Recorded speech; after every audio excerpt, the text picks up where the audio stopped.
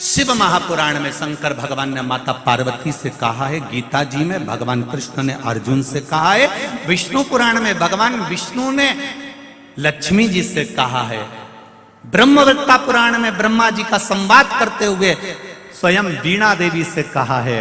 वो संवाद आप भी अपनी जिंदगी में उतारना। शंकर भगवान माता पार्वती से कहते हैं कर्म प्रधान है, आप जितना कर्म करेंगे उतना फल आपके पास प्राप्त होता जाए।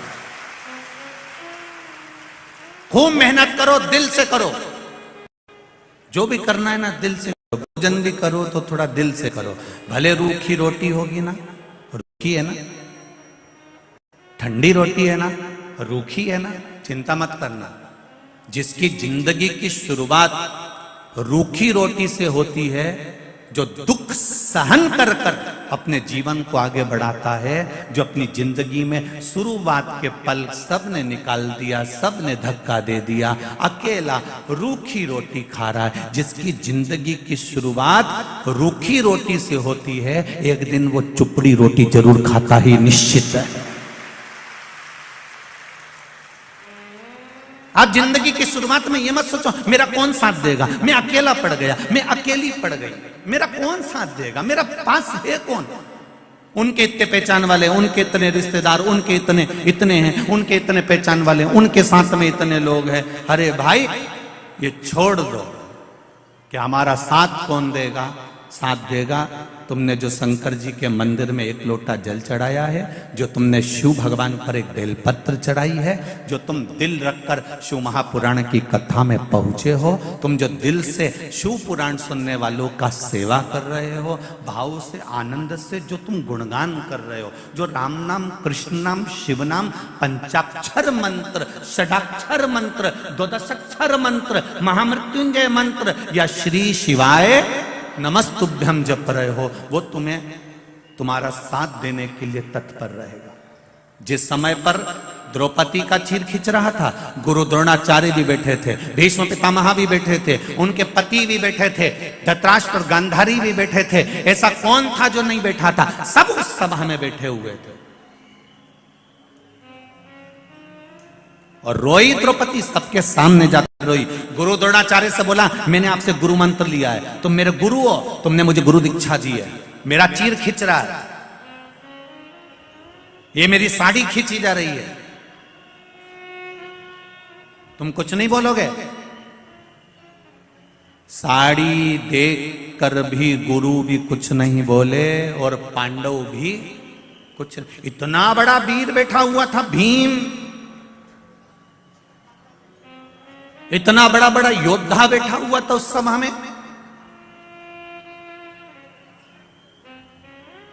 भीम जैसे योद्धा भी बैठे हैं, अर्जुन जैसा धनुष चलाने वाला भी बैठा है, तीर चलाने वाला भी बैठा है। विद्वानों में विद्वान धर्मराज युधिष्ठिर तक बैठे हुए थे, नकुल सहदेव तक बैठे हुए थे। सब साड़ी देखते रहे पर कोई बचाने नहीं आया। अंत समय में फिर मेरे भगवान को आना पड़ा। उसी तरह जैसे भीम, अर्जुन, नकुल, सहदेव, युधिष्ठिर, भीष्म पितामह और धृतराष्ट्र, गांधारी, गुरु द्रोणाचार्य जितने थे ना, सब साड़ी देख रहे थे पर बचाने कोई नहीं आया। उसी तरह अंत अवस्था में पलंग पर पड़े रहोगे, सब नाड़ी देखते रहेंगे पर बचाने कोई नहीं आएगा। साड़ी देखने वाले भी बचाने नहीं आए और नाड़ी देखने वाले भी बचाने नहीं आए। अंत समय में केवल मेरा देव अधिदेव मां ही आएगा। अंत समय परमात्मा की ओर जाने में देरी मत करो। कितना विश्वास है आपका? जितने लोग इस पूरे ग्राउंड में बैठे हुए हैं लाखों की संख्या में, इससे डेढ़े पूरे ग्राउंड के चारों तरफ बाहर बैठकर होटलों पर कथा सुन रहे हैं। जितने अंदर हैं उससे डेढ़े बाहर।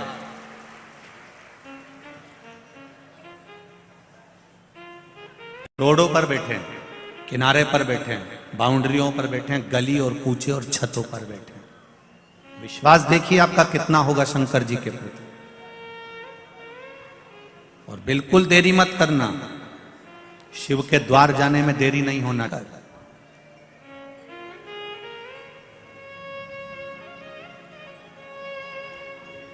आपसे एक बात हमने पहले कथा में कही है, आप लोगों को स्मरण में है कि नहीं है? शिव कथा में जाओ,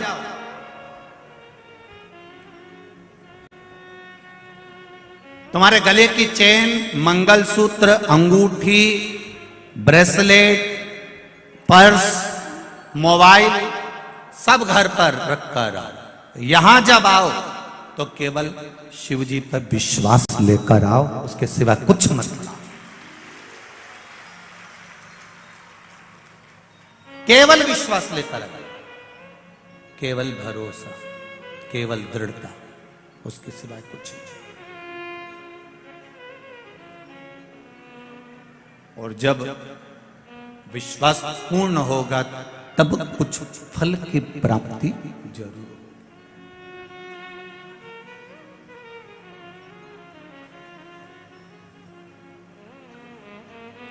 कथा सुनने आते हो और कहते हो कि हम तो भगवान पर पूरा विश्वास लेकर आए हैं, पूरा भरोसा लेकर आए हैं और कथा सुनने आए हैं। मुझे तो नहीं लगता कई लोगों को देखकर कि आप कथा सुनने आए हो। सवेरे 8 बजे से 7 बजे से 6 बजे से पंडाल में आकर बैठे हो, तो किसके लिए बैठे हो? कैमरे वाले के लिए?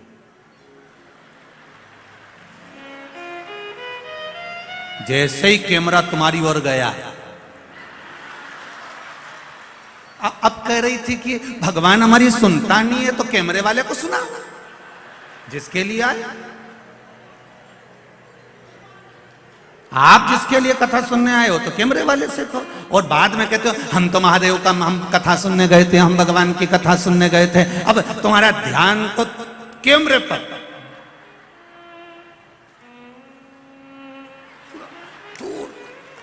बस उसने कैमरा उधर करा और तुम्हारा ध्यान गया और तुमने तुरंत। मुझे तो ऐसा लगता है कि घर पे बोल के आती होगी कि मैं सफेद कलर की बोतल हिला दूं, समझ लेना मैं यहीं बैठी।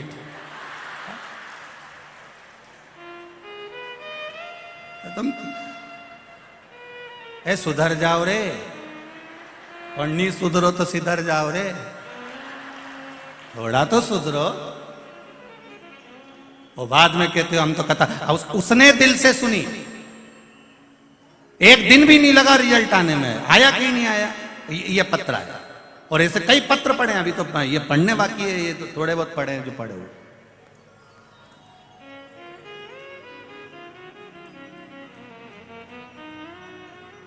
एक काय को टाइम बर्बाद करो रे, सुबह 9 बजे से घर से आ जाओ फालतू का, एक कैमरा वाला का चक्कर में आओ जबरदस्ती का। कौन के तुमको कि इनके देख के टाइम बर्बाद करो? कथा सुनना है तो दिल से सुनो। इशारा तुम्हारा नहीं होना चाहिए, इशारा मेरे महादेव का होना चाहिए, तो कथा का तो मतलब की कथा नहीं तो जरा से में कैमरा उन्नंग गया तुरंत कहा मतलब कैसा। आप उसके भरोसे पर अगर कथा सुनने के लिए आए हो, विश्वास लेकर आए हो, फिर कहूंगा चैन सोने का सामान, कीमती सामान अपने घर पर रख कर आओ। यही कीमती सामान, ये सब संसार वालों को अच्छा लगता है, पर मेरे महादेव को तो केवल तुम्हारा एक लोटा जल ही अच्छा लगता है, इसके सिवा कुछ। और कई लोग कहते हैं अंदर बहुत भीड़ है, हम कथा सुनने के लिए कैसे आए? हम पहले भी कथा में कहे हैं कि कबड्डी जो होती है, यहाँ जितने बैठे हैं ना, मेरे जीजा भैरू जितने बैठे हैं, और इन्हें खूब कबड्डी का एक रूल होता है कि दुश्मन की पाली में जाकर पाली को छूकर आना। तो करते कबड्डी कबड्डी कबड्डी कबड्डी करते, पाली छुए और वापिस आ गए। जो पाली छूकर आ गया और किसी की पकड़ में नहीं आया तो समझ लो कि वो जीत गया। ये निश्चित है, ये निश्चित है। आपसे भी निवेदन है, मान लो कोई कहे कि बहुत भीड़ है, साफ कथा में पांव रखने की जगह नहीं है, तो भी पाली तो छू के चले जाना।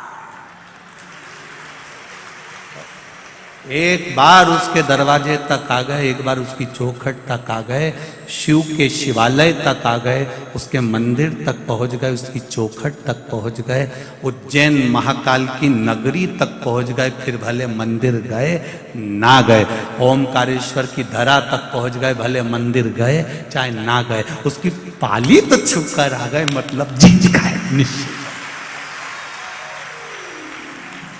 तेरे मंदिर में आना मेरा काम है और मेरी बिगड़ी बनाना तेरा। तेरी चौखट पर मैं आ गया, अब दर्शन दिखाना तेरा काम है। कभी एयरपोर्ट जाना, फ्लाइट में बैठने के लिए जाओगे और अंदर जाकर एक बार तुमने तुम्हारी एंट्री कर ली, उसके बाद में तो एयरपोर्ट वाले तुमको ढूंढेंगे फ्लाइट में बिठाने के लिए कि दादा गया कहां, और तुम जाओ और बाथरूम में छुप के बैठ जाओ, मत मिलो, वो 25 बार अनाउंस करेगा, भेरू ओ भेरू ने बार बार कहेगा, कमला भाई किनांग है, ओके बुलाओ, ओके हवाई जहाज में बिठाना, तुम जाओ मत ही, तुम्हें जबरदस्ती पकड़ के हवाई जहाज में बिठाएगा, क्योंकि उसको मालूम पड़ गया तुम अंदर आ गए हो। अब तुम अंदर आ गए हो मतलब फ्लाइट तुम्हारे चक्कर में रुकेगी और तुमको बिठाकर ले जाएगी। इसीलिए तुमसे निवेदन, एक बार उसके दरवाजे तक पहुंच जाओ, फिर तो वो तुम्हें पकड़ कर ले ही जाएगा, ये निश्चित। तुम जाओ तो एक बार उसकी चौखट पर, तुम जाओ एक बार उसके दरवाजे तक, तुम जाओ एक बार उसके मंदिर तक, तुम जाओ एक बार महाकाल की नगरी तक, तुम जाओ ओंकारेश्वर तक, तुम जाओ उसकी चौखट तक, तुम जाओ उसकी शिव पुराण तक, वो तुम्हारे द्वार पर पहुंचेगा तुम्हारे दुख को मिटाने के लिए, भक्ति की अविरल भक्ति तुम्हें देने के लिए।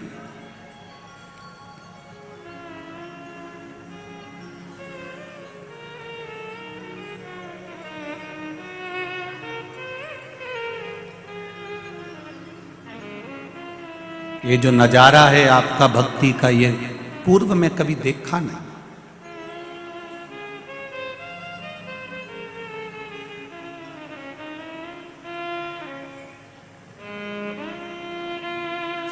आज संपूर्ण मध्य प्रदेश के ज्योतिष आचार्यों का संघ हम जहाँ ठहरे हैं वहां मिलने पहुंचा था।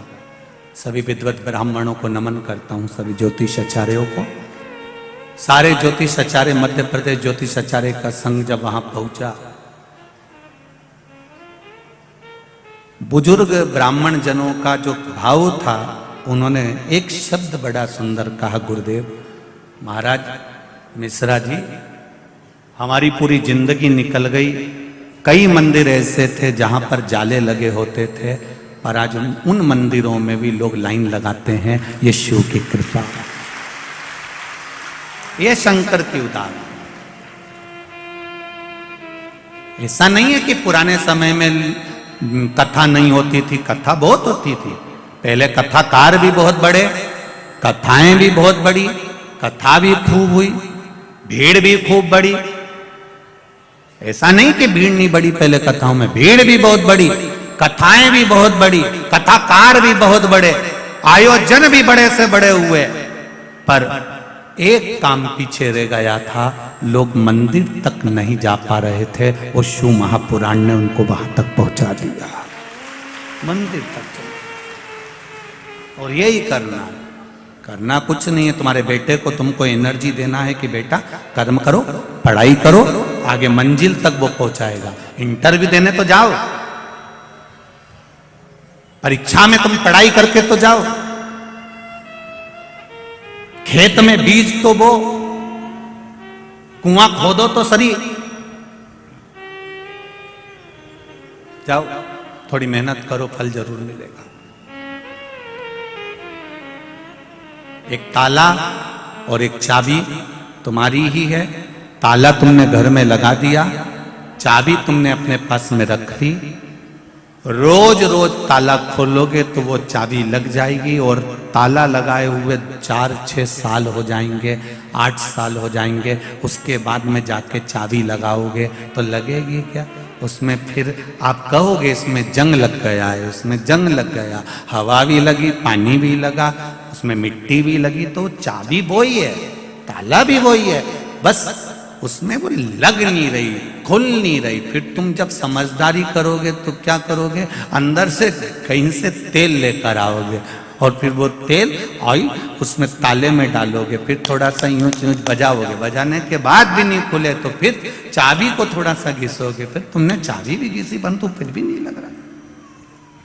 तो किसी ने कहा एक काम करो रे, एक डब्बा में घासलेट को तेल भरी लो और घासलेट का तेल भर के ये ताले को उन्हें डुबई दो। जब ताला घासलेट में डूब जाएगा और डूबने के बाद फिर अपन इसके थोड़ा सा खटखटाएंगे, उसके बाद चाबी लगाएंगे तो लग जाएगी। फिर उन्हें यही किया ना, डब्बा में घासलेट लाई नहीं, उन्हें ऊपर डुबो दिया और डुबोने के 15-20 मिनट बाद चाबी लगाई, ताला खुल गया। बस ये मन ताला है और भक्ति की चाबी है, इसको खूब लगाओ। इस मन में जब काम, लोभ, आसक्ति, वासना और तृष्णा जम जाती है तो ताला खुलता नहीं है, ये मन भगवान तक जाता नहीं है, खुल ही नहीं पाता। इसको बचपन में भी परमात्मा के पास ले जाओ, इसको जवानी में भी परमात्मा के पास ले जाओ, इसको अधेड़ी में भी परमात्मा के पास ले जाओ, इसको बुढ़ापे में भी भगवान के पास ले जाओ। कोई ये सोचे कि अभी कोई हमारी उम्र है, आराम से जाएंगे भगवान के पास। अभी कोई हमारी उम्र है, बचपन में भगवान का भजन कोई करता है, जवानी में कोई भगवान का भजन करता है, अधेड़ी में कोई भगवान का भजन करता है, तो समझ लेना ताले में जंग लग गई, फिर ये चाबी से नहीं खुलने वाली। फिर क्या करना पड़ेगा तो के ये ताला नहीं खुले, ये मन, अगर ये चाबी भक्ति की चाबी से ये मन नहीं खुल रहा है, ये मन परमात्मा तक नहीं जा रहा है, तो फिर शिव महापुराण में ले जाके इसको डुबकी लगवा दो, फिर ये मन पूरा की पूरा खुल जाएगा, ये निश्चित है। इसको खोलना पड़ेगा।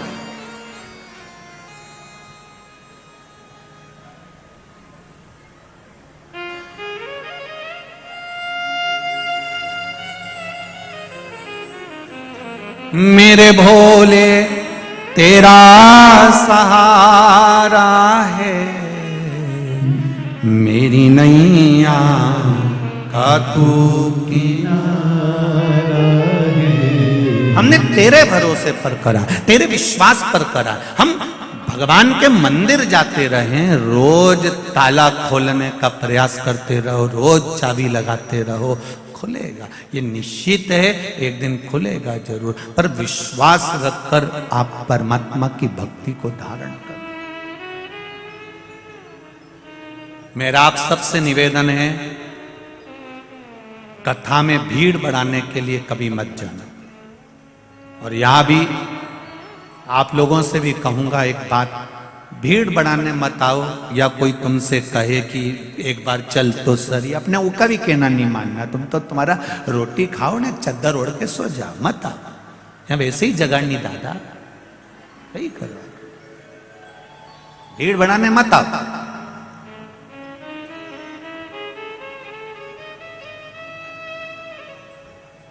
यहां भीड़ बढ़ाने की जरूरत नहीं है। या तो देव अधिदेव महादेव के पास आओ तो अपनी पीड़ा सुनाने आओ कि मेरे जीवन में ये दुख है बाबा, और मेरा विश्वास कहता है सारे दुखड़े तू हर गया डमरू वाले, तो मेरे दुख को देख कर क्यों डर गया डमरू वाले, तू मेरे दुख काटेगा ये निश्चित है।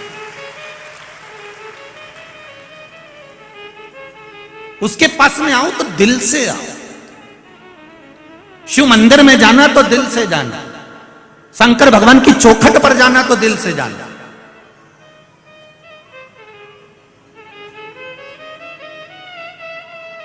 जरा सा तुम फोन पे बात करो और तुम्हारा मन नहीं लगे तो तुम्हारी धर्मपत्नी पहचान जाती, जरा सी देर में।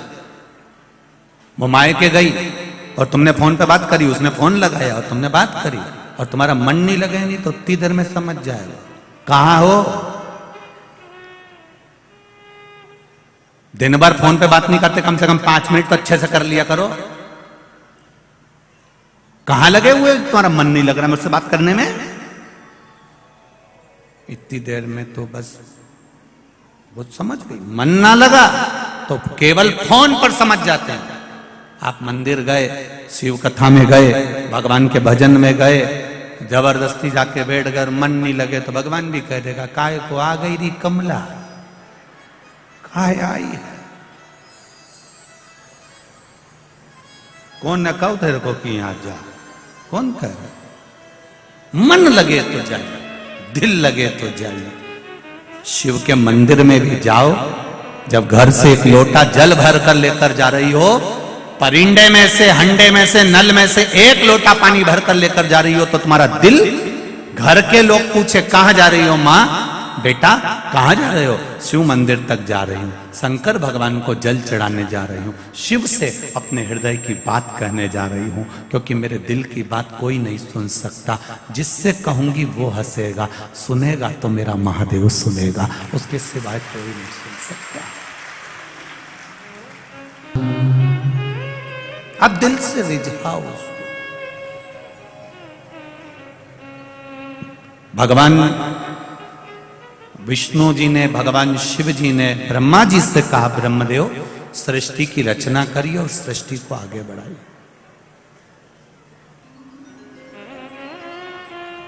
हमारा जन्म जिस लिए हुआ है वो कर्म हमको पूरा करना है।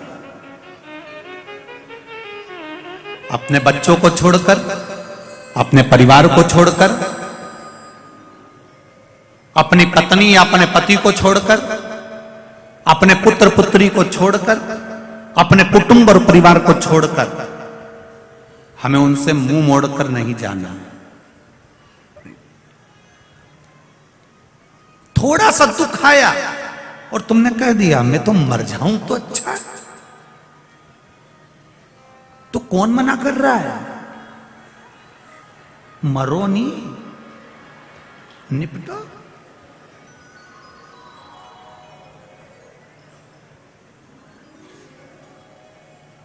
पर नहीं मरूंगी मैं अभी दिवाली पे तो हमने फ्रिज लिया है, फ्रिज का पानी दूसरा पियो और मैं यूं मरीज जाऊं, नहीं मरो। मानव का शरीर मिला इतना जोरदार मिला है, 84 लाख भी योनि है ये मनुष्य का शरीर, 83,99,999 योनि काटने के बाद ये शरीर मिला। कितनी योनियां काटी रे, माता का जू बने और किसी ने निकाल के ना अंगूठा पे धर के निपट ही दिया। फिर खटमल बने ने खटिया में घुस गए और किसी ने घासलेट का तेल डाली ने धूप में पटकी दिया, निपट गया। मछली बने तो निपटा दिया, मच्छर बने तो निपटा दिया। कितनी योनियां ली पर उस योनि में हमने नहीं किया कि मच्छर बोला, कभी तुमने कभी मच्छर से बात करना, मच्छर बोले कि मैं सुसाइड करूंगा, मच्छर भी नहीं बोले भले मैं नाली के पास पड़ा रहूं, भले मैं पड़ा रहूं पर नहीं करूंगा सुसाइड, चाहे कुछ भी हो जाए नहीं मरूंगा। मक्खी नहीं मरना चाहे तो तुम्हें कौन ने अक्ल दे दी कि जरा सा कर्जा बढ़ गया, जरा सा दुख बढ़ गया, जरा सा टेंशन बढ़ गया, जरा सी परेशानी आ गई और तुम क्योंकि मर जाऊं तो अच्छा। जब मच्छर नहीं मारे ना खटमल नहीं मरे तुम काहे को मरो? नहीं मरो, जा कर्जा ही हुआ है ना, देखा जाएगा। जिंदा रहेंगे तो चूकेगा, और अगर कर्जा लेके मर गए तो अगला जन्म भैंस का मिलेगा, और भैंस का जन्म मिलेगा तो जिसका कर्जा है उसी के घर में रहेंगे और वो सेठ जी दिन भर दूध निकाल निकाल के पिएगा। तो इससे अच्छा है कि मैं भैंस नहीं बनूंगी, मैं तो अगला जन्म मेरे को भैंस का नहीं चाहिए, तो मैं तो कर्जा चुका के मरूंगी। कोई तुमसे कहे कि कर्जा हो गया, इतना हो गया, चुकाना पड़ेगा, आएगा तब दूंगे, आएगा तब देंगे, मना नहीं है। हम बिल्कुल मना नहीं करें तुमसे कि हम नहीं देंगे, देंगे पर आने दो जरा वो। तो इतनी जब तुम्हारे पास 1 रुपया भी नहीं है तो इतनी खुश होकर तैयार वैयार होकर कथा में क्या हो जाती है? नो सियोर वाला महाराज बोला है भगवान की कथा में मुसद्दी लाल जैसे नहीं जाता। भगवान के पास जाना और भगवान के चरणों में जाना तो हमेशा खुश होकर जाना। हमने पहले भी कहा तुम शिव जी को 1 लोटा पानी भी नहीं चढ़ा सकते, कोई बात नहीं, तुम उसके दरवाजे के सामने से भी निकलो ना तो उसको मुस्कुरा कर चले जाओ। शंकर भगवान भी टेंशन में रहेंगे, पगली हंसी क्यों थी, क्यों हंसी? और अगर तुमको ऐसा लगता है कि सियोर वाला महाराज गलत कह रहा है तो अभी तुम यहां से रास्ते से जाना, कहीं का दुकान वाला बैठा हो तो तुम मुस्कुरा के चली जा, आधा टेंशन में पड़ जाएगा। कौन थी, कौन, ये मुस्कुराई क्यों? और रोज 2-3 दिन उसको मुस्कुरा के चले जाओ, रात की रोटी चली जाएगी बापड़ा की, रात भर सोचेगा ठीक कौन। 82 साल की थी, धोला धोला बाल था, मुंडा में 6 दांत थे, पर दुकान के सामने रोज आती है और रोज हंस के जाती है। वो भी अपनी पत्नी से कहेगा एक बुढ़िया बहुत परेशान करके रखी, मेरे को रात रात भर नींद नहीं आ रही।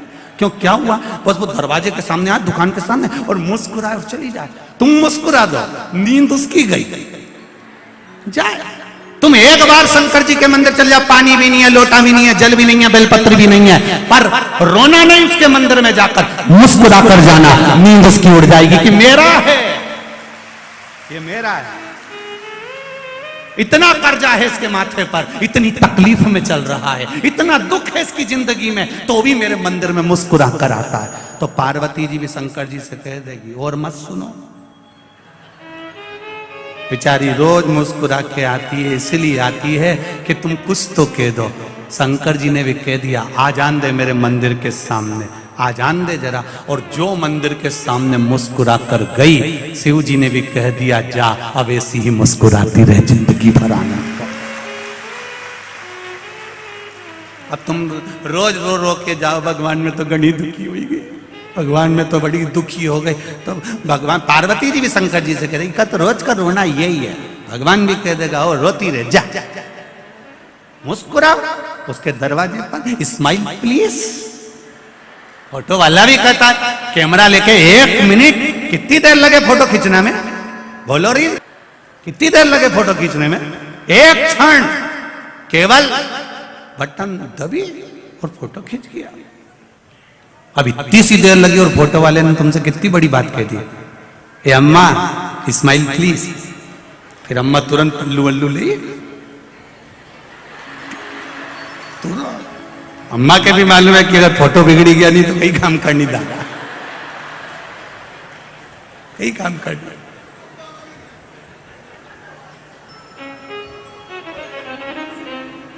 अभी कहीं हमने वो अखबार में पढ़ा था, किसी न्यूज में देखा था कि वो आधार कार्ड बन रहा था, वो वोटिंग कार्ड, हमने टीवी में और न्यूज में देखा था, तुमने भी पढ़ा होगा। और उसमें लिखना था कि श्रीमान ये गुप्ता, उनने लिख दिया श्रीमान कुत्ता।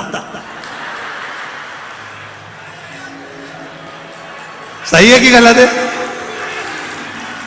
उनने लिख दिया श्रीमान कुत्ता। अब पत्नी के हाथ में वो आ गया, उसने पढ़ा, आए जी, पति दौड़ के आए, क्या हुआ? तुम्हारा कार्ड आ गया है, क्या लिखा है? तुम तो कुत्ता थे, अब वो ये कुत्ता कैसे होगा? विचार करिए दादा, बच्चे रहो, अब तुमने ये कैसे ले लिया?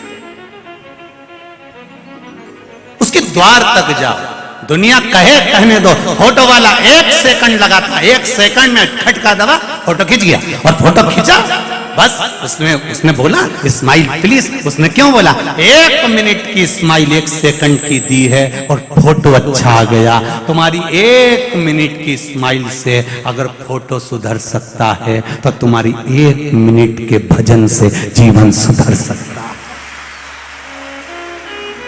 1 मिनट का भजन तुम्हारे जीवन को सुधार सकता है। करो भजन, भगवान की भक्ति, 1 मिनट का समय निकालो, भगवान के मंदिर जाओ। हम पहले भी कहे 24 घंटा परमात्मा ने दिया है, 24 घंटा भजन नहीं कर सकते तो कम से कम 12 घंटा करो, 12 घंटा नहीं कर सकते तो 6 घंटा करो, 6 घंटा नहीं करो तो 3 घंटा, 3 घंटा नहीं करो तो 2 घंटा भजन करो, 2 घंटा नहीं करो तो 1 घंटा करो, 1 घंटा भजन नहीं करो तो 15 मिनट, 15 मिनट नहीं करो तो 5 मिनट, 5 मिनट नहीं करो तो 1 मिनट करो, और 1 मिनट भी नहीं करो तो चुल्लू भर पानी में डूब मरो। जब 1 मिनट तुम परमात्मा भजन नहीं करो तो क्या मतलब?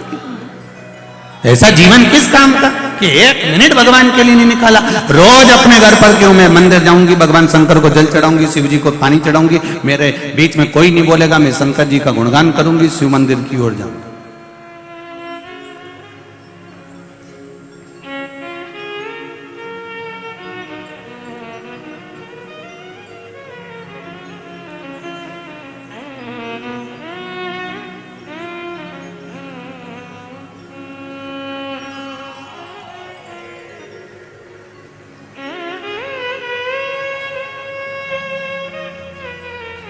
आप दिल से कहो, वो सुने।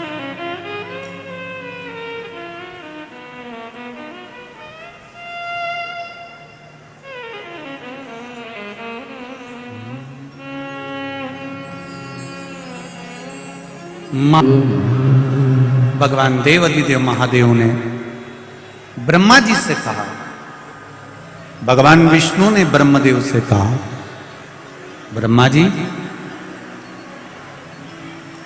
सृष्टि की रचना प्रारंभ करो, और यदि सृष्टि की रचना सही हो जाएगी तो यह निश्चित है कि यह संपूर्ण ब्रह्मांड का सुख प्राप्त हो। संपूर्ण ब्रह्मांड का सुख। जब ब्रह्मा जी ने सृष्टि की रचना करी तो ब्रह्मदेव जी ने भगवान शिव जी से पूछा, भगवान शंकर जी से पूछा, बाबा आप ये बताइए कि सृष्टि की रचना करने के लिए मुझे करना क्या? भगवान कहते हैं कि पुरुष और स्त्री का निर्माण करना।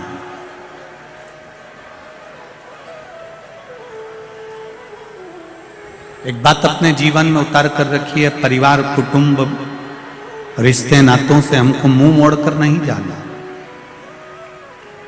हमको उनके बीच में रहना है, हमको उनके साथ रहना है, और साथ में रहकर जो तकलीफें जीवन में आती है उसको सहकर आगे बढ़ते चले जाएं।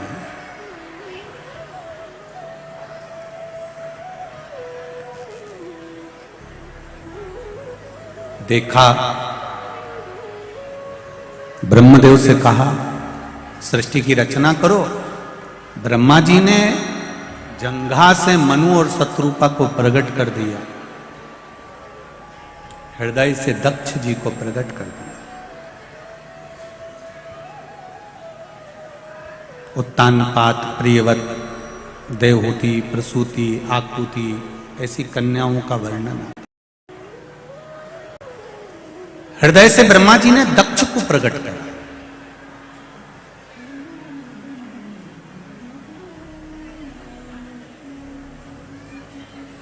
अब हृदय से जब दक्ष को प्रकट किया गया है, जब हृदय से दक्ष को प्रकट करा गया है तो दक्ष प्रजापति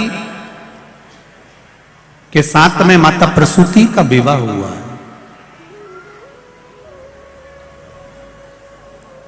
माता प्रसूति के गर्भ से जितने बच्चों ने जन्म लिया वो सारे की सारे संस्कारवान। इसलिए आज भी हॉस्पिटल में जहां बच्चा जन्म लेता है उस जन्म लेने वाले कक्ष के बाहर लिखा रहता है प्रसूति कक्ष। मतलब दक्ष प्रजापति की धर्म पत्नी का नाम आज भी हॉस्पिटल में प्रसूति कक्ष के रूप में लिखा होता है कि यहाँ माता प्रसूति के गर्भ से बच्चों ने जन्म लिया था तो वो सारे बच्चे संस्कारित थे।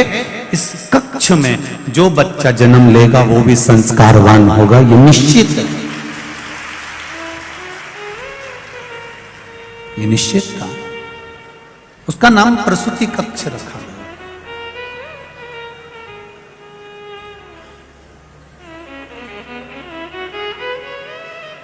शिव महापुराण की कथा एक बहुत अच्छी बात कहती है, जरा ध्यान दीजिएगा। धन चले जाएगा तो वापिस आ जाएगा,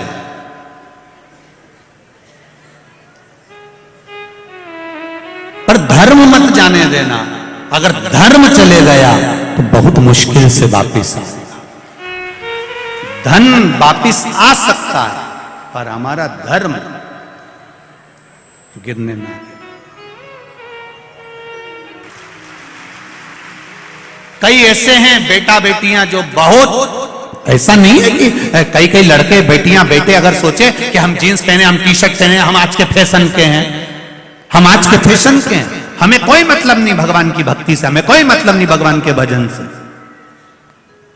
मैं उनसे कहना चाहूंगा जिंदगी में आप पहनावा कैसा भी पहनो, कैसा भी भोजन करो, पर निवेदन है अपने सनातन धर्म को लेकर आगे बढ़ो तो जिंदगी सार्थक हो।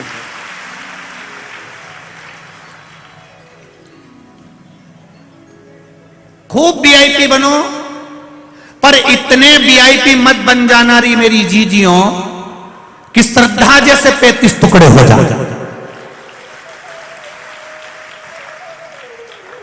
इतने वीआईपी मत बन जाना, खूब वीआईपी बनो, राशि ठाट रखो, एक मोबाइल की जगह 4 लटका के चलो। कौन मना कर रहा है तुमको?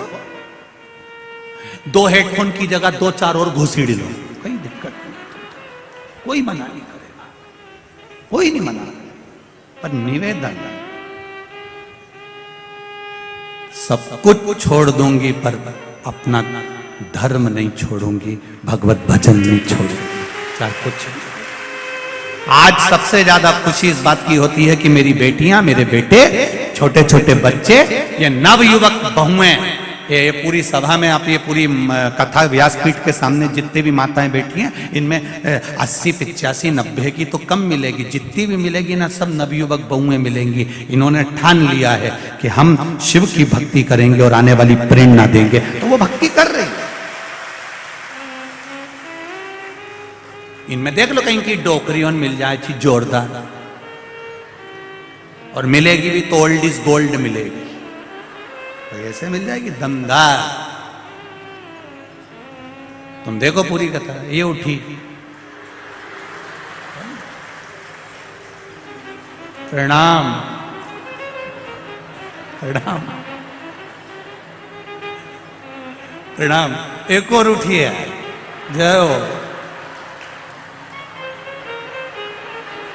एक और उठी इधर भी, धन्य है।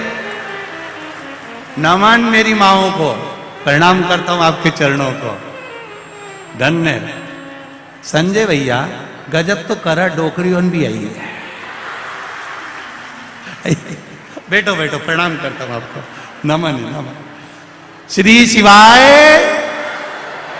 बैठो मां, बैठो बैठो, प्रणाम करता हूं आपको, बहुत बहुत भाव आपका, स्नेह, ये प्रेम है आपका, ये वात्सल्यता है आपकी, ये करुणा है, और उसकी भक्ति के बिना कुछ भी नहीं। शिव कथा कह रहे हैं, अपना फर्ज मत भूलो।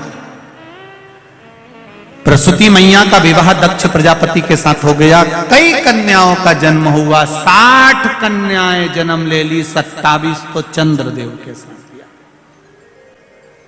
कई कन्याओं। अब चंद्रदेव के साथ में जो कन्या भी आई, उसमें एक रोहिणी भी थी, जिस पर चंद्र बहुत आसक्त रहते थे, उनसे प्रेम करते थे, उनसे स्नेह करते थे। बाकी की जो धर्म पत्नियां थी उनकी और उसको देखते नहीं, बंदेश है। बाकी की जो धर्म पत्नियां थी उनको वो देखते भी नहीं,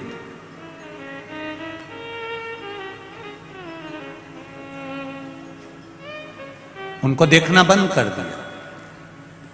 केवल रोहिणी की ओर उनकी आसक्ति ज्यादा थी। सारी की सारी कन्याएं रोती बिलखती अपने पिता के पास में गई। पिताजी, मन में संशय है,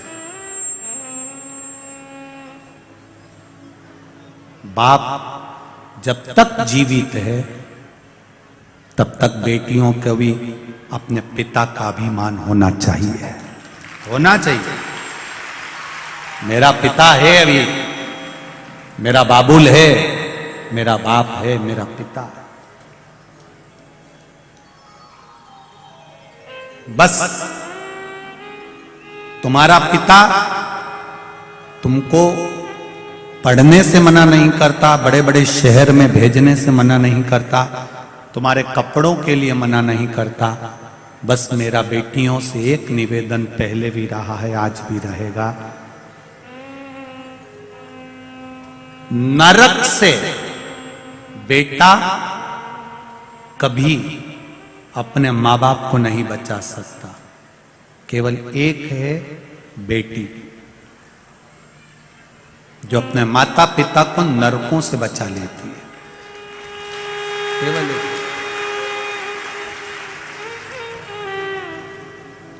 बेटी अपने माँ बाप को नरक से कैसे बचाती है? अपने माता पिता के द्वारा कन्या दान कराकर। दुनिया का सबसे बड़ा दान होता है कन्यादान। घर में अगर बेटी ने जन्म लिया है और उस बेटी का कन्यादान अगर माँ बाप ने नहीं किया है तो माता पिता को 94 तरह के नरक भोगना पड़ते हैं। ये बेटी ही है जो अपने माँ बाप को नरक से बचा सकती है। आप रहो कितने भी वीआईपी रहो, कितने भी ठाट से रहो, तुम कितने भी एंजॉय करो अपनी जिंदगी का, पर जब विवाह संबंध का समय आ जाए तो अपने माँ बाप से जाकर कह देना, पापा आप बोलोगे, माँ आप बोलोगी, विवाह में वहां करूंगी। तब कन्यादान का मौका अपने माँ बाप को जरूर दो, जिससे आपके माता पिता को नरक ना भोगना पड़े, नरक ना भोगना। बेटी को अगर जीवन में दुख होता है ना, बेटा मां को प्रिय होता है, बेटी बाप को प्रिय होती है।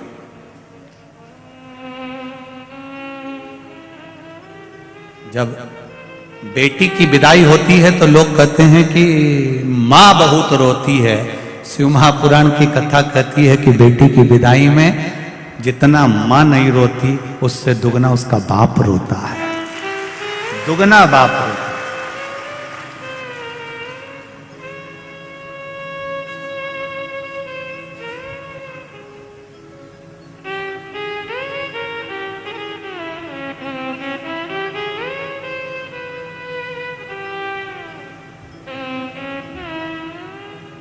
पिता पुत्र को पूरी वसीयत दे देता है, पूरी जायदाद दे देता है। पिता बेटी को केवल एक कन्यादान देता है, और वो कन्यादान का जो फल होता है, हजारों अश्वमेध यज्ञ और हजारों सर्वतोमुखी यज्ञ कर लीजिए, और एक कन्यादान जिसको जन्म दिया है बेटी को, उसका कन्यादान कर लीजिए। वो मौका है, चुके ना, उसको छोड़े ना। सारी की सारी कन्याएं चंद्रदेव की बात लेकर अपने पिता दक्ष प्रजापति के पास में आ गई, और दक्ष प्रजापति के पास में आकर बोली, दक्ष प्रजापति के पास में आकर कहती हैं, पिताजी हमको थोड़ा सा दुख है। क्या दुख आ गया बेटी? बाप कह रहे थे अगर बेटी को दुख भोगना पड़े तो वो बाप किस काम का?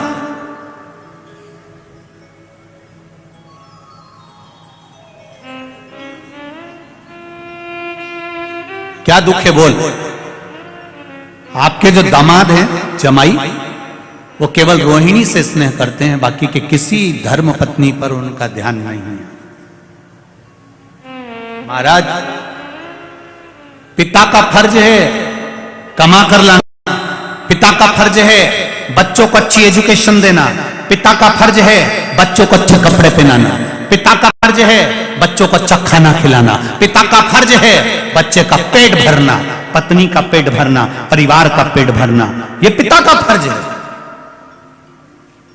पिता कमा कर लाएगा, देगा, पेट भरने की जवाबदारी पिता की है, अच्छी एजुकेशन की जवाबदारी पिता की है, अच्छा घर बनाने की जवाबदारी पिता की है, अच्छी दुकान चलाने की जवाबदारी पिता की है, अच्छी परवरिश की जवाबदारी पिता की है। पर पिता से ज्यादा जवाबदारी माता की आती है, बच्चों को संस्कार देने की जवाबदारी माता की। पिता से ज्यादा जरूरत है माताओं की, जो अपने बच्चों को श्रेष्ठ संस्कार दें। अपने बच्चों को अच्छा अच्छा ज्ञान दीजिए। रोज अपने बच्चों को शंकर जी के मंदिर में लोटा भर के भेजो जल लेकर। जिस मां का बेटा बेटी शंकर के मंदिर में जल चढ़ा रहे हैं, शंकर के मंदिर की देहली चढ़ रहे हैं, उस घर के बुजुर्ग कभी वृद्धाश्रम की देली नहीं चढ़ेंगे।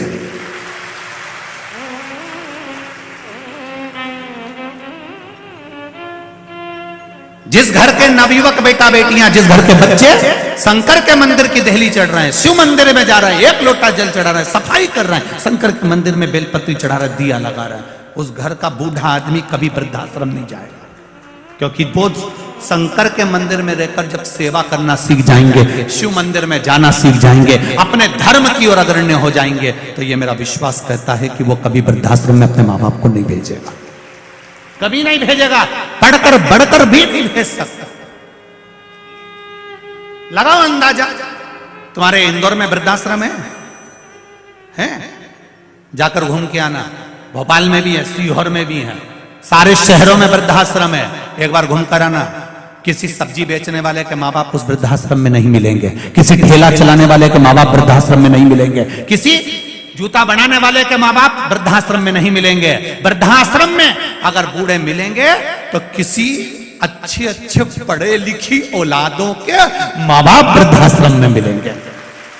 गवारों के नहीं, जो पढ़े नहीं है, लिखे नहीं है, कुछ नहीं है उनके पास में, ठेला चलाते हैं, तो भी कह देते हैं भूखा मर जाऊंगा पर अपने माँ बाप की सेवा करूंगा। कुछ नहीं है तो भी माँ बाप की सेवा में लगे हुए हैं।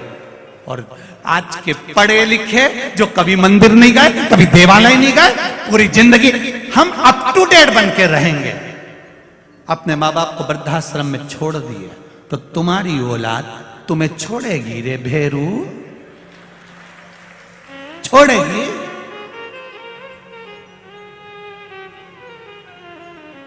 कौन छोड़ने वाला? लोग कहते जरूर हैं सीहोर वाला महाराज को कथा नहीं आती, अड़ा टेढ़ा बोलता है, तो क्यों सुनते हो? रिमोट तो तुम्हारे पास में ही है, चैनल चेंज, महाराज भी चेंज, 2 मिनट के अंदर रिमोट तुम्हारे हाथ में। थोड़ा बुरा लग सकता है पर अपनी आने वाली समय सीमा को देखिए। डॉक्टर बनो, इंजीनियर बनो, कलेक्टर बनो, एसपी बनो, तुम्हारी मर्जी, पढ़े तुम जितना पढ़ना चाहो दिल से पढ़ो, खूब विद्वान बनो, खूब आगे बढ़ो, पर उसके साथ में संस्कारित भी बनो, झुकना सीखो। थोड़ी नम्रता अपने भीतर लेकर आओ, थोड़ी सी अगर नम्रता होगी तो जीवन की सार्थकता होगी। कुर्सी, पद, प्रतिष्ठा ये कब बदल जाती है, कब कौन कहां पहुंच जाता है, कब किसका कहां ट्रांसफर हो जाता है, पता ही नहीं पड़ता। जितने दिन रहो दिल से खुश रहकर अपनी मस्ती में, भगवान की भक्ति में और आनंदमय सनातन धर्म की सेवा में लगे रहो। जितने दिन जीवन किसका देखा, कौन का भरोसा है?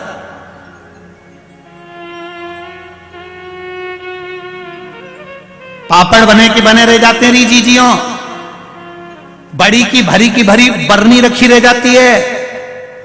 आम का अचार डाला था, पूरा भरा की भरा रह गया और काकी नहीं पड़ जाती है, सब धरा रह गया। कौन खाएगा, कौन पिएगा, पापड़ कौन सेकेगा, सब गया, गए, जीवन चला।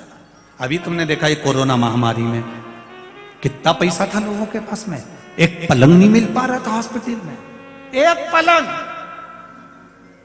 एक वेंटिलेटर नहीं मिल पा रहा था। करोड़ों का धन होकर भी अगर कुछ नहीं है तो क्या धन की कीमत है। और ये देखा भगवत भजन, जिसने भगवान की अविरल भक्ति धारण करी, जब कोई नहीं आता तब मेरा डमरू वाला आता है और डमरू बजाकर चला जाता है। क्या है वो?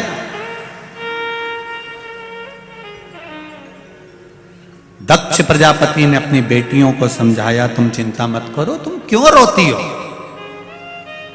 क्यों रोना? मैं दामाद को बुलाऊंगा, मैं चंद्रदेव को बुलाऊंगा। 12 ज्योतिर्लिंग में प्रथम ज्योतिर्लिंग है सोमनाथ। सोमनाथ का मंदिर बाद में, पहले चंद्र कुंड पहले। सोमनाथ कौन कौन गया हुआ? गए हो प्रथम ज्योतिर्लिंग का दर्शन करने? तो दर्शन करे होंगे आपने सोमनाथ में चंद्र कुंड के, जिस चंद्र कुंड से भगवान शंकर का शिवालय, भगवान शंकर का शिवलिंग जल के ऊपर आनंदित होकर ठहरता है।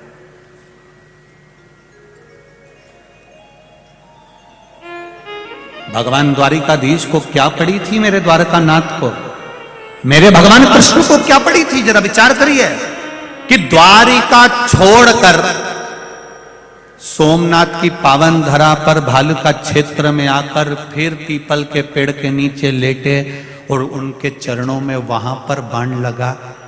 जरा विचार करो, जन्म कहाँ हुआ? कारागार में। मथुरा से गए वृंदावन, वृंदावन गोकुल करते बरसाना गोवर्धन, ब्रजभूमि को त्याग कर मथुरा, मथुरा से फिर द्वारका, द्वारका के बाद भी प्राण त्यागने के लिए आए तो सोमनाथ की पावन धरा पर आए।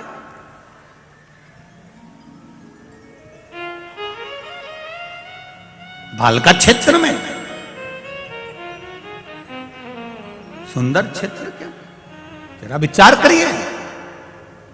जब भगवान कृष्ण को प्राण त्यागना है, अपने प्राण छोड़ना है, और भगवान कृष्ण आज मौन होकर बैठे हुए हैं। भगवान कृष्ण आज मौन है। पूछा गर्गाचार्य बाबा ने आकर, कन्हैया क्या बात है मेरे वसुदेव, मेरे कृष्ण, आज आप मौन दिख रहे हो, हुआ क्या आपको?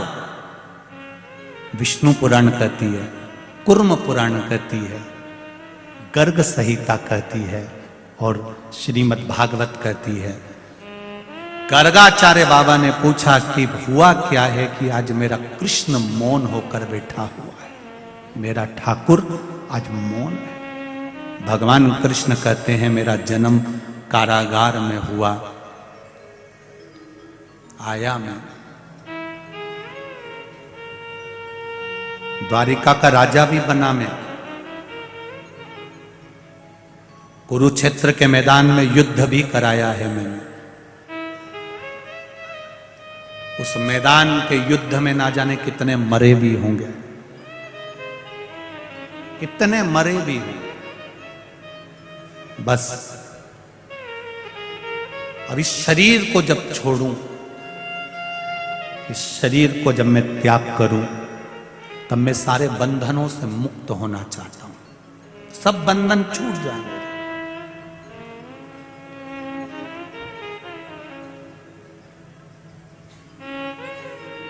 गर्गाचार्य बाबा ने पूछा कि बंधन कहां छूटते हैं, आपको मालूम है? भगवान कृष्ण से पूछा जा रहा है कि बंधन कहां छूटते हैं, आपको मालूम है? भगवान कृष्ण कहते हैं हां, मुझे मेरे पिता नंद बाबा ने यह बताया था कि शिव के द्वार पर जब हम एक कदम चलकर जाते हैं तो जिंदगी के ना जाने कितने पाप और कितने बंधन कट जाते हैं, ना जाने कितने पाप और कितने बंधन केवल शंकर के द्वार जाने से कट जाते हैं। अभी आपको कथा के शुरू में कहा था कि कबड्डी खेलने वाला पाली छूकर आता है। दुनिया के लोग कहें बहुत भीड़ पड़ रही है, ग्राउंड में जगह नहीं है, तो भी निवेदन है आधे घंटे की सुनने आना। रोड पर खड़े होके तो सुनोगे, द्वार तक तो पहुंचोगे, दरवाजे तक तो पहुंचोगे, उसकी चौखट तक तो पहुंचोगे, बस उसका सानिध्य एक पल का, एक घड़ी का, एक क्षण का मिल जाए,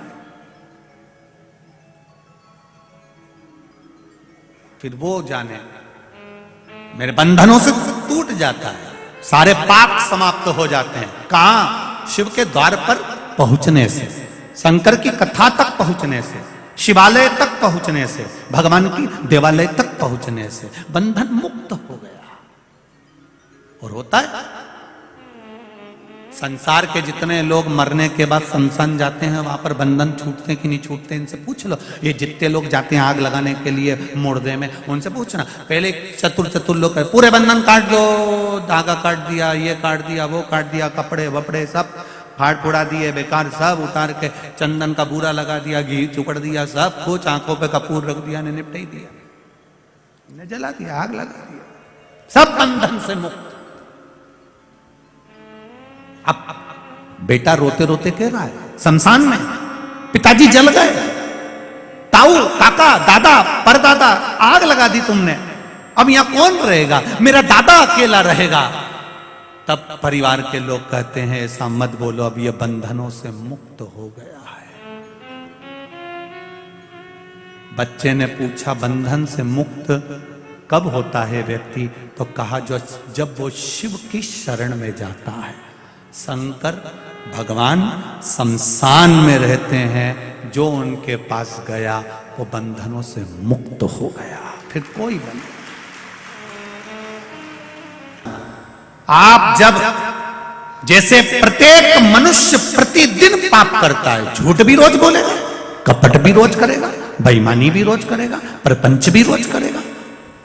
हम कितना भी मना कर दे, सीहोर वाला महाराज कितना ही बोल दे कि तुम झूठ मत बोले, तो तुम नहीं मानो कहीं तुम रेंदो रे दादा। अभी 2 मिनट में फोन उठाओगे, कोई पूछ ले कहां है, दुकान पे बैठा, और बैठे यहीं, कहीं का गाड़ी चलाते चलाते फोन लगा दे, कहां हूं, बस पलासे तक पहुंच गया, कहीं नहीं पहुंचा, राजवाड़ा पे पड़ा। इतना झूठ, पल पल झूठ। अब इतना झूठ बोलो और तुम सोचो कि शिव पुराण की कथा सुनवाने में तो तरीज जाऊंगा, ये झूठा हुआ।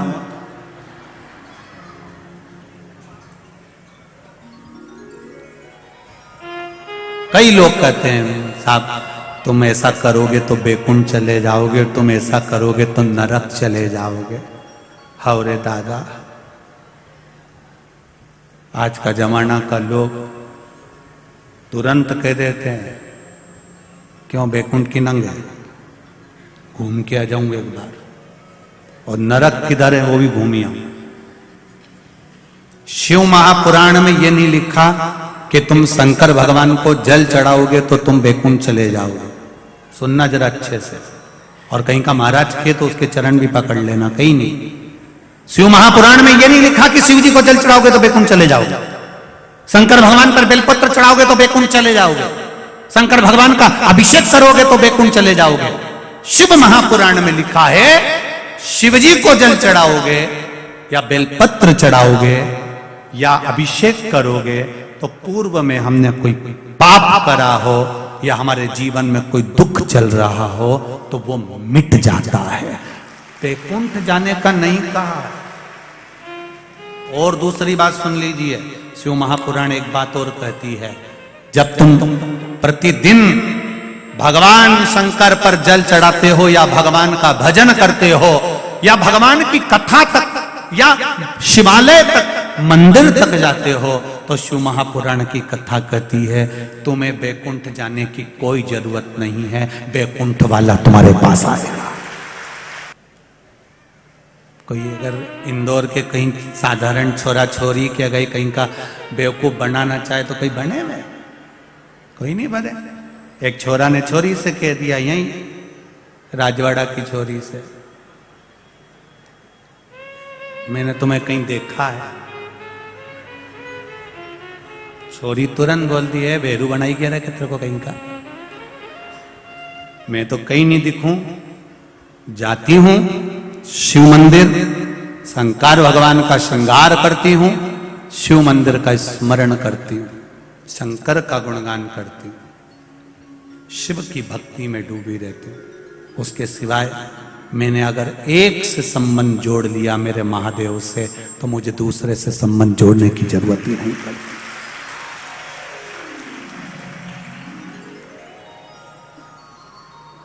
बहुत ध्यान देना, छोरी छोरा, छोरी का जरा सा मोबाइल खराब हो जाए तो छोरा बैलेंस डलवा देता है क्योंकि वो उससे स्नेह करता है। कपड़े दिला दे, सामान दिला दे, मोबाइल गिर गया तो मोबाइल दिला दे। जरा सोचो, एक संसार के व्यक्ति से प्रेम करा तो उसने तुम्हारा मोबाइल का बैलेंस डलवा दिया, तुम्हें गाड़ी पे घुमा दिया, वो भी दूसरे की, कहीं से सुधरने आई थी।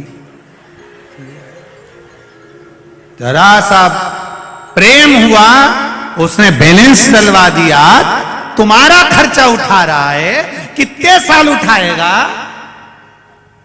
एक जरा सा थोड़ा सा संसार वालों से प्रेम करा, उसने तुम्हारा खर्चा उठाया। एक बार मेरे महाकाल से प्रेम कर कर देखना, वो पूरे परिवार का उठाएगा।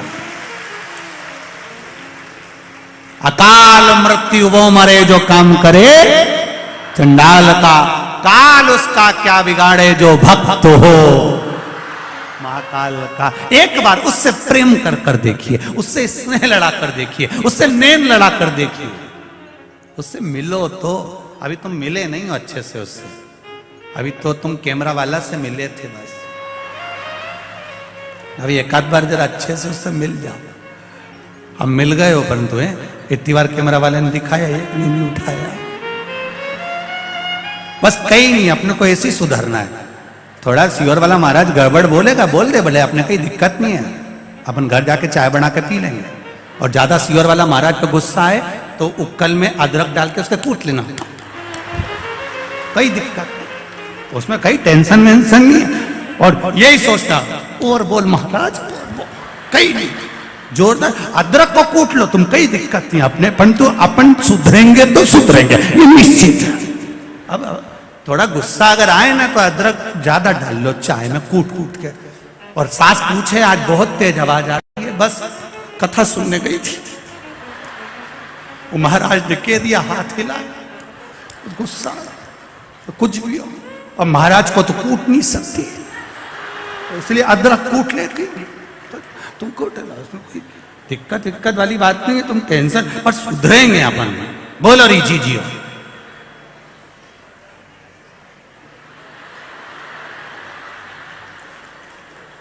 बस सुधरेंगे।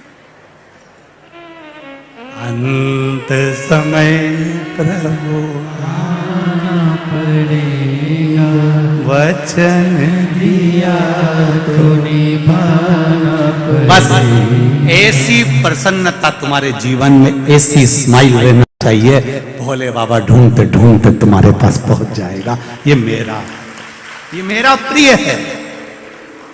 तुम क्यों उदास होती हो? भगवान कृष्ण ने जरा नाम के व्याघ्र से पूछा, तूने बाण मारा, तीर मारा, मेरे पांव में लगा, पर मुझे आनंद की अनुभूति हुई है उसमें। मेरा बंधन टूट गया, पूर्व का बंधन। मैंने छुपकर तुम्हें मारा था, तुमने छुपकर मुझे मार दिया। ये शिव तत्व है। शंकर भगवान के दरवाजे पर जाने से पूर्व का कितना भी पाप हो वो क्षीण हो जाता है, हमारे पुण्य प्रबल हो जाते हैं।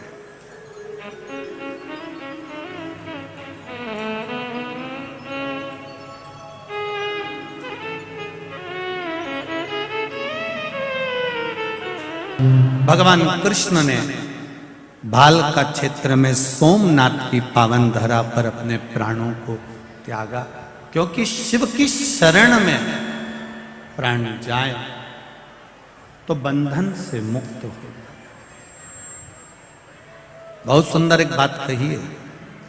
दक्ष प्रजापति ने अपनी बेटियों को समझाया, तुम चिंता मत करो, चंद्रदेव को बुलाया, उनसे निवेदन करा। ये आप क्या कर रहे हो? चंद्रदेव, आप एक पर अपना स्नेह रखते हो, बाकी के सब पर स्नेह नहीं होता। चंद्रदेव ने कहा आगे से गलती नहीं होगी। सारी रानियों पर बराबर का स्नेह करा। थोड़े दिन बाद चंद्रदेव वापिस वैसे की वैसे ही हो गए। रोहिणी पर उनका स्नेह प्रबल हो गया। फिर वापिस उन्होंने सब पर स्नेह करना बंद कर दिया। शिव कथा कह रहे, शिव महापुराण की कथा कर रहे। अब की बार चंद्र को बुलाया और चंद्रदेव को बुलाकर कहा कि चंद्रदेव, तुमने फिर गलती कर दी है।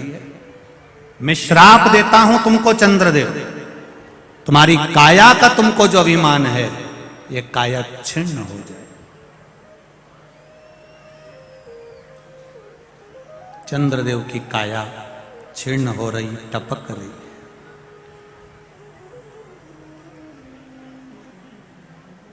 जब रोग से ग्रसित हो जाता है मनुष्य,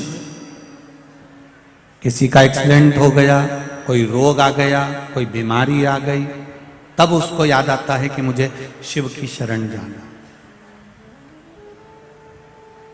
और शिव महापुराण की कथा कहती है जब हम गंभीर बीमारी से ग्रसित होंगे तब भगवान के पास जाएं।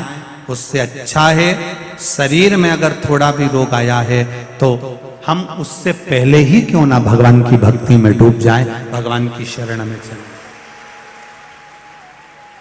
बहुत पत्र हैं, इन पत्रों में लिखा है, बहुत सी पत्रों में किसी का एक कैंसर वाला पत्र आया है कि कैंसर जैसी बीमारी हो गई थी, पर बाबा ने कृपा कर कर हमारे कैंसर को ठीक कर दिया। यहां तक पत्र हैं, पत्र बहुत हैं। चंद्रदेव रो रहे हैं, शरीर में कष्ट हो गया।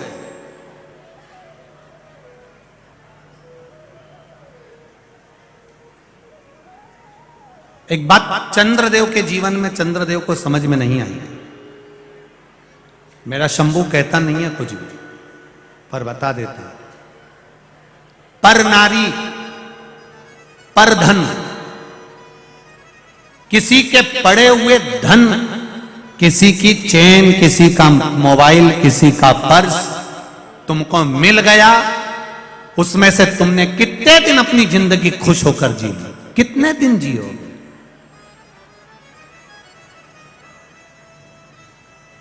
फिर वापिस वही रोना जिंदगी का, और उससे अधिक रोना जीवन का है, और ज्यादा रोना है।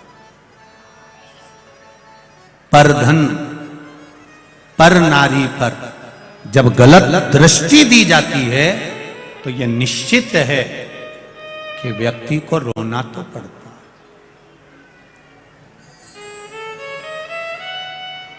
भगवान ने शरीर दिया है, काया दी है, इसका इतना अहंकार मत करना कि अंत समय तुम्हारा रोग से ग्रसित होकर निकले। इतना अहंकार में मत डूबना कि जिंदगी में रोना पड़े। हर पल हर घड़ी उसको धन्यवाद देते रहना कि तेरी कृपा से मिला है। शरीर भी दिया तो तूने दिया, घर भी दिया तो तूने दिया, बच्चे भी दिए तो तूने दिया, खाने के लिए दांत भी तूने दिया तो उधर भी तूने दिया, और भोजन भी तू ही दे रहा है। मैं जानती हूं मैं इस लायक नहीं हूं, मेरे जीवन में मैंने पूर्व में क्या करा होगा मुझे मालूम नहीं, पर आज जो निभा रहा है वो तू ही निभा रहा है। मेरा महाकाल, मेरा महादेव निभा रहा है, कोई दूसरा नहीं। काया खराब हो गई चंद्रदेव की, इतना अभिमान था चंद्रदेव को, मेरा तेज, मेरा तेज, मेरा तेज।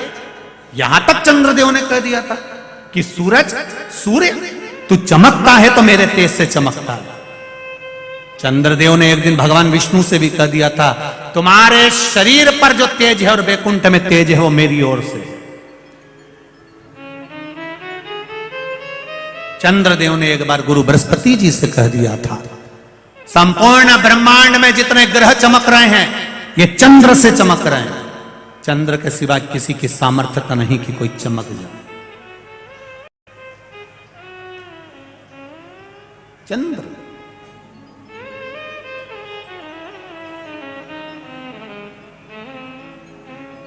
सारा अहंकार, काया का जो अभिमान था वो ले गया, पड़ा है, कोई मतलब का।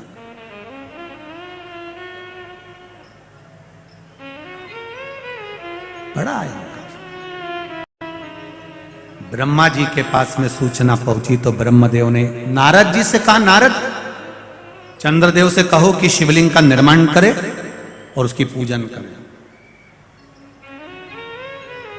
समय पूछा गया, शिवजी के पूजन का समय क्या रखा जाए। ब्रह्मा जी ने कह दिया चंद्रदेव से कह दो संसार में जन्म लेने वाले मनुष्य का मौत का समय बता दे कि मरेगा कब। जब इंसान को मृत्यु का समय नहीं मालूम कि कब मरेगा, तो पूजन का समय क्या पूछना। हर पल दिन रात भगवान की भक्ति ऐसे करो कि मैं अगले पल जीवित रहूंगा कि नहीं रहूंगा। जब मौत का ठिकाना नहीं तो मरने का क्या ठिकाना, भजन का क्या ठिकाना। कोई कहता भगवान का भजन दिन में करो रात में मत करो, कोई कहे शाम को करो सुबह मत करो, कोई कहे अभी करो बाद में मत करो। सबकी सुनो, पर शिव महापुराण कथा कह रही है कि कब मरोगे तुमको मालूम है क्या। जब तुम्हें मरने का नहीं मालूम है, मालूम पड़े रोटी खाता खाता लुढ़क गया, तो उससे पहले ही शंकर का भजन कर लो, उससे पहले ही एक लोटा जल चढ़ा लो, उससे पहले ही शिव की भक्ति कर लो, भगवान का भजन कर लो, राम कर लो, कृष्ण कर लो, शिव कर लो। मृत्यु का ठिकाना नहीं है कि कब मरोगे, तो भजन का भी कोई समय नहीं है। तुम्हारी मर्जी पड़े तब करो, पर शिव का भजन।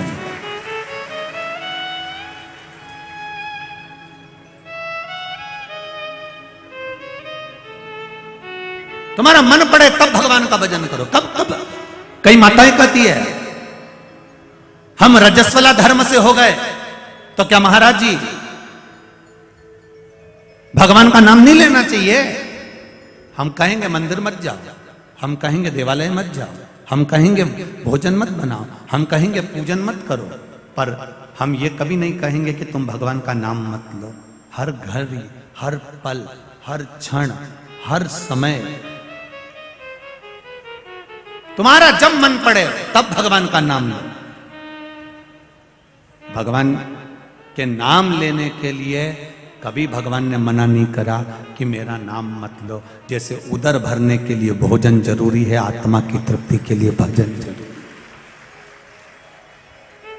क्या घर में सूतक लग गई, सावड़ लग गई, घर में बच्चा हो गया या कोई मर गया, तो क्या हम भगवान का नाम नहीं ले? कौन मना करता है कि भगवान का नाम ना लो। पूजन मत करो, मंदिर मत जाओ, आरती पूजन का स्मरण मत करो, पर नाम तो लो। नाम लेने में कोई मना नहीं। जपते रहो भगवान का नाम हर पल हर घड़ी। चंद्रदेव ने पूछा शिव जी की आराधना कब? तेरा मन पड़े जब कर, 24 घंटा शिव की स्तुति कर। चंद्रदेव ने शिवलिंग बनाया, पूजन करी, रोज पूजन करते, रोज अर्चना करते, रोज विनती करते। शिव जी प्रकट हो गए, एक कुंड चंद्र कुंड प्रकट हो गया, उस कुंड से शंकर भगवान प्रकट हो गए। प्रकट होकर कहा ले इस कुंड में स्नान कर, तेरा चर्म रोग समाप्त हो जाएगा। चंद्र कुंड में चंद्र ने स्नान करा, रोग समाप्त हो गया। रोग गया, रोग समाप्त हुआ, चंद्रदेव ठीक हुए, भगवान सोमेश्वर महादेव के रूप में विराजमान हो गए। बोल सोमनाथ भगवान की। 12 ज्योतिर्लिंग में प्रथम ज्योतिर्लिंग सोमनाथ, जहां पर चंद्र कुंड है। जिस सोमनाथ जी के पास में भगवान शंकर के उस धाम के पास में भगवान कृष्ण भी आकर अपने प्राणों को त्यागना चाहते हैं, क्योंकि वहां से मैं मुक्त हो जाऊंगा, संसार के सारे बंधन छूट जाएंगे। ऐसे सोमेश्वर महादेव का स्मरण किया गया। भगवान अर्धनारीश्वर भगवान का दर्शन अपन करेंगे। भगवान अर्धनारीश्वर पधार रहे हैं। हमने थोड़ा सा किसी से विवाद कर लिया, थोड़ा सा विवाद करा, वो विवाद इतना चला इतना चला इतना चला कि वो बुद्धि में बैठ गए। पहले भी कथा के माध्यम से कहा है, आज फिर कह रहे हैं, इस इंदौर की पावन धरा पर एक चीज का अपने भीतर जरूर उतार कर रखना। क्रोध कुछ देर का आता है, ज्यादा से ज्यादा 10 मिनट, 5 मिनट, 2 मिनट, 4 मिनट का क्रोध रहेगा। उस क्रोध में आपने अपने घर में से डंडा उठाया, तलवार उठाई, चाकू उठाया, या कोई शस्त्र उठाया, बंदूक उठाई, और मालूम पड़े किसी के सिर को फाड़ दिया, किसी के पांव को तोड़ दिया, किसी के हाथ को तोड़ दिया, किसी को ज्यादा चोट लग गई। एक विचार करना जरा, 10 मिनट का क्रोध आया है, 8 मिनट का क्रोध आया है, 15 मिनट का क्रोध आया है, 10-15 मिनट ने 10-5 मिनट ने आपका जिंदगी बर्बाद कर दी। आपने किसी का सिर फोड़ दिया, आपने किसी का हाथ पांव तोड़ दिया। सारे मोहल्ले के लोग, सारे गांव के लोग, सारे नगर के लोग आपको समझा रहे थे कि मत कर, ऐसा मत कर, और कुछ लोग ऐसे थे जो तुम्हें उत्साह रहे थे। हाँ हाँ लेके आ डंडा, अपन देख लेंगे। कोई अपन डरते हैं किसी से? ला जरा लेके आ डंडा, उठा के ला डंडा, और तुम पीछा पकड़कर और तुमने उसका मार मारा। 10 मिनट, 15 मिनट, 5 मिनट, 20 मिनट का क्रोध था। उस 15 मिनट, 20 मिनट, 5 मिनट के क्रोध ने आपसे इतना गलत काम करवा दिया कि वो 10 मिनट का क्रोध तो तुम्हारा 10 मिनट बाद समाप्त हो गया, पर वो 10 मिनट के क्रोध ने तुम्हें 10 साल की जेल करा दी और थाने में पड़े। कितनी देर लगी थी? मात्र 10 मिनट में तुम डंडा लाए, सिर फोड़ा, हाथ पैर तोड़े, सब कुछ हो गया। लोगों ने वाहवाही भी कर दी, लोगों ने बचाने का भी काम कर दिया, सब अपने अपने घर में चले गए, और तुम अकेले अब थाने का चक्कर काट रहे हो, अदालत का चक्कर काट रहे हो। तुम अकेले अब परेशान हो रहे हो और यहाँ वहां भटक रहे हो। अब तुम वकील साहब के भी हाथ पैर जोड़ रहे हो, थानेदार के भी हाथ पैर जोड़ रहे हो, सबके हाथ पैर जोड़ना पड़ रहा है। इसलिए शिव महापुराण की कथा कहती है, स्वाद और विवाद इन दोनों से दूरी बनाकर रखोगे तो शरीर और बुद्धि और मन अच्छा रहेगा।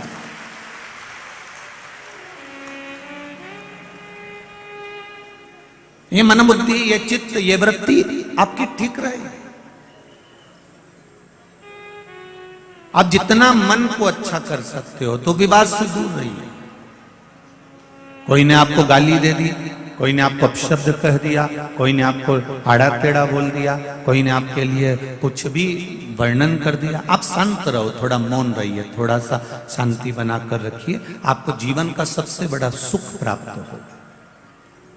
मेरे भोलेनाथ, मेरे शंकर, मेरे देव अधिदेव महादेव फालतू के विवाद में पड़ते ही नहीं थे।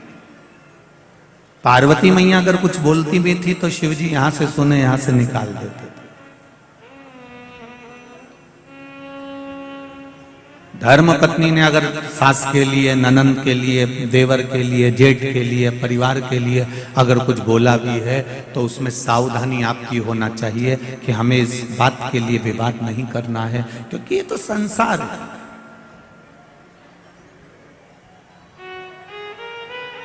संसार का मतलब ही होता है जिसका कोई सार ही नहीं है। आए हो और जाना है। माता के गर्भ से जन्म लिया था, नग्न अवस्था में थे।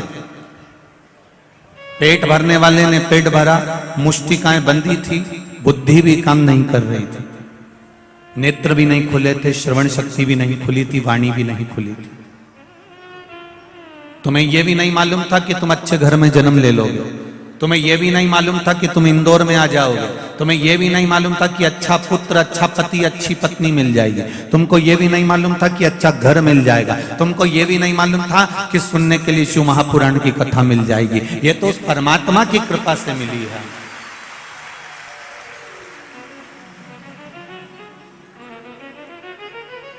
जब भी किसी मांगने वाले को देखो, जब भी किसी भिक्षुक को देखो, जब भी किसी 3 बत्ती 4 बत्ती चौराहे पर जाओ, राजवाड़ा के चौराहे पर जाओ, पलासिया के चौराहे पर जाओ, आप चाहे सपना संगीता चौराहे पर जाओ, जिस चौराहे पर जाओगे और वहां कहीं कोई मांगने वाला अगर तुम्हारे कांच को बजा रहा है और तुम देख रहे हो कि यह मांगने वाला मांग रहा है, उसको देखकर उसी समय पर तुम कुछ देव ना देव वो तुम्हारे ऊपर है, पर महादेव को धन्यवाद जरूर देना कि तूने मुझे यहां खड़ा नहीं करा। तुम किसी को देव ना देव, जिस चौराहे पर तुम्हें भिखारी नजर आए, जिस चौराहे पर तुम्हें भिक्षुक नजर आए, जिस चौराहे पर तुम्हें भिक्षा मांगने वाले नजर आए, उस जगह पर तुम उनको देव ना देव ये आपकी मर्जी है। हम ये भी नहीं कहेंगे कि मत दो, कि हम ये भी नहीं कहेंगे कि देव, हम तो इतना जरूर कहेंगे कि महादेव को धन्यवाद जरूर दो कि बाबा तेरी कृपा थी जो तूने शरीर अच्छा बनाया, तेरी कृपा थी मुझे घर अच्छा दिया, तेरी कृपा थी जो मुझे भजन करने का मौका दिया, तेरी कृपा थी खाने को अन्न दिया, तेरी कृपा थी, थोड़ा सा काम धंधा दिया, पर तेरी कृपा से आज मैं यहाँ हूँ कि मैं गाड़ी में घूम रहा हूँ। मेरे पास भी 2 व्हीलर है, मेरे पास भी 4 व्हीलर है, मेरे पास भी साइकिल है, मैं भी अपने पाँव से चल रहा हूँ। ये तेरी कृपा है। अच्छा हुआ तूने मुझे रेंगने के लायक नहीं बनाया, कहीं पटक नहीं दिया। ये धन्यवाद। जब जब भिखारी नजर आए और भीख मांगने तुम्हारे कांच बजाए, उस जगह पर तुम दो ना दो, पर उसको धन्यवाद जरूर देना कि तेरी कृपा से यहां बैठा हूं। गाड़ी चला रहे हो, डीजे चल रहा है, गाड़ी में बॉक्स चल रहे हैं, मोबाइल चल रहा है, और कांच बजाने वाला जब कांच बजा रहा है, भैया कुछ दे दो, भैया कुछ दे दो, तो उस समय पर तुम देना ना देना, पर उसको धन्यवाद जरूर देना। थोड़ी देर आवाज कम करना, साउंड कम करना, और जब भीख मांगने वाला भिक्षा मांगने चौराहे पर खड़ा हुआ हो, उस जगह पर तुम जम के मन से कहना अपने परिवार के साथ, तेरा शुक्रिया है मेरे भोलेनाथ जो तुमने मुझे 4 व्हीलर में बिठा कर रखा।